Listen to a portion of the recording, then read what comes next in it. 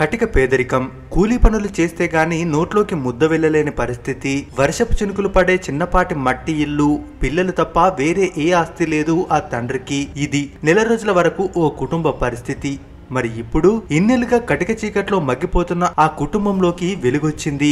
ఎప్పుడు చెప్పుకుంటాం కదా, చదువు ఒకటే నువ్వు ఎంత పేదరికంలో ఉన్నా నేను గొప్ప స్థాయికి తీసుకెళ్తుందని. అదే చదువు ఇప్పుడు ఆ కుటుంబాన్ని ఉన్నత స్థాయిలో నిలబెట్టింది. జీవితంలో గెలవాలంటే బుక్ సెల్ఫ్ లో పుస్తకాలను నింపడం కాదు, గుండెల్లో ఆత్మవిశ్వాసం నింపాలని చెప్పే ఓ అద్భుతమైన సక్సెస్ స్టోరీ ఇది. ఇంటర్ లో ఫెయిల్ అయ్యామని, ఎంసెట్ లో ర్యాంక్ రాలేదని కఠిన నిర్ణయాలు తీసుకునే పసి మనసులు మనసు పెట్టి చూడాల్సిన కథ ఇది. ఉత్తరప్రదేశ్ బులంద్షహర్ జిల్లాలో ఓ మారుమూల ప్రాంతం పవన్ కుమార్ది.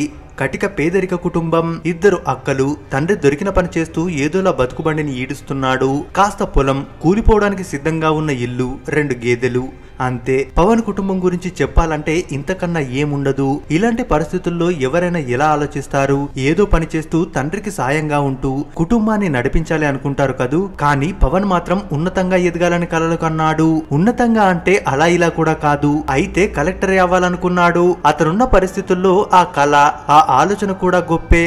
కానీ పట్టుదలతో శ్రమిస్తే కాదేది అసాధ్యమన్నట్టు సివిల్స్ లో మంచి ర్యాంక్ సాధించి ఇప్పుడు కలెక్టర్ అయ్యాడు.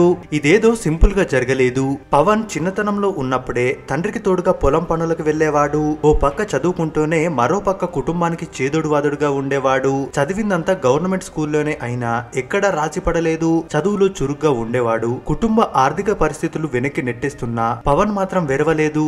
అలా 10వ తరగతిలో మంచి మార్కులు సాధించడంతో తన కుటుంబానికి కూడా ఓ నమ్మకం కలిగింది. నాన్న నీకు తోడుగా పనులకు వస్తా అంటే వద్దనేవాడు. తమ్ముడు నువ్వు చదువుకోరా, ఇంట్లో పనులు మేము చూసుకుంటాం అని ధైర్యం ఇచ్చారు అక్కలు. మీ నాన్నతో పాటు నేను పనికి వెళ్తాన్లే అని బాధ్యత తన భుజాల మీద వేసుకుంది తల్లి. ఇలా ఆ కుటుంబం అంతా ఒక్కటై పవన్ కి అండగా నిలిచారు. ఇక పవన్ మార్కులు చూసి ఫ్రీగానే సీట్ వచ్చింది ఇంటర్ లో. ఆ తర్వాత డిగ్రీ. అసలు అగ్ని పరీక్ష ఇప్పుడే మొదలైంది. పైగా ఇంట్లో ఎదిగిన అక్కలున్నారు, వాళ్ళకి పెళ్లి చేయాలి. ఈ సమయంలో నాన్నకి ఖచ్చితంగా తోడుగా ఉండాలని చిన్న జాబ్ తెచ్చుకున్నాడు. అది చేస్తూనే కొన్నాళ్లకు అక్కల పెళ్లిళ్లు చేశాడు. ఇప్పుడు కుటుంబం కాస్త పర్వాలేదనిపించి ఇక సివిల్స్ వేట మొదలు పెట్టాడు. లక్ష్యం పెద్దదే కానీ లక్ష్య సాధనకి తన దగ్గర స్తోమత లేదు. బుక్స్ కొనాలి, కోచింగ్లు తీసుకోవాలి, ల్యాప్టాప్ ఉండాలి, కానీ ఇవేవి అతని దగ్గర లేవు. సివిల్స్ కి ప్రిపేర్ అయ్యే ఫ్రెండ్స్ దగ్గర పుస్తకాలను, స్టడీ మెటీరియల్స్ ను అరువుకు తెచ్చుకుని చదువుకునేవాడు. ఈ క్రమంలో ఆర్థిక ఇబ్బందుల వల్ల ఎన్నో పనులు కూడా చేశాడు. అలా మొత్తానికి సివిల్స్ రాశాడు పవన్. కానీ మొదటి అటెంప్ట్ లో ఫెయిల్ అయ్యాడు. సర్లే అనుకుని రెండోసారి రాశాడు, మళ్ళీ ఫెయిల్. బాగానే చదువుకున్నావుగా, ఏదైనా ఉద్యోగం చేసి మీ నాన్నకి పనుల్లో తోడుగా ఉండొచ్చుగా. ఏమో సివిల్స్ అంటూ నీకు సెట్ కాని ఉద్యోగం కోసం ఎందుకు టైం వేస్ట్ అని సూటిపోటి మాటలు ఎన్నో. కానీ పవన్ కుటుంబం మాత్రం నీ మీద మాకు నమ్మకం ఉంది, నువ్వు ఖచ్చితంగా కలెక్టర్ అవుతావనే ధైర్యం ఇచ్చారు. అలా తల్లిదండ్రుల ప్రోత్సాహంతో ఫెయిల్యూర్ నుంచి నేర్చుకున్న అనుభవాలతో 3వసారి సివిల్స్ రాశాడు.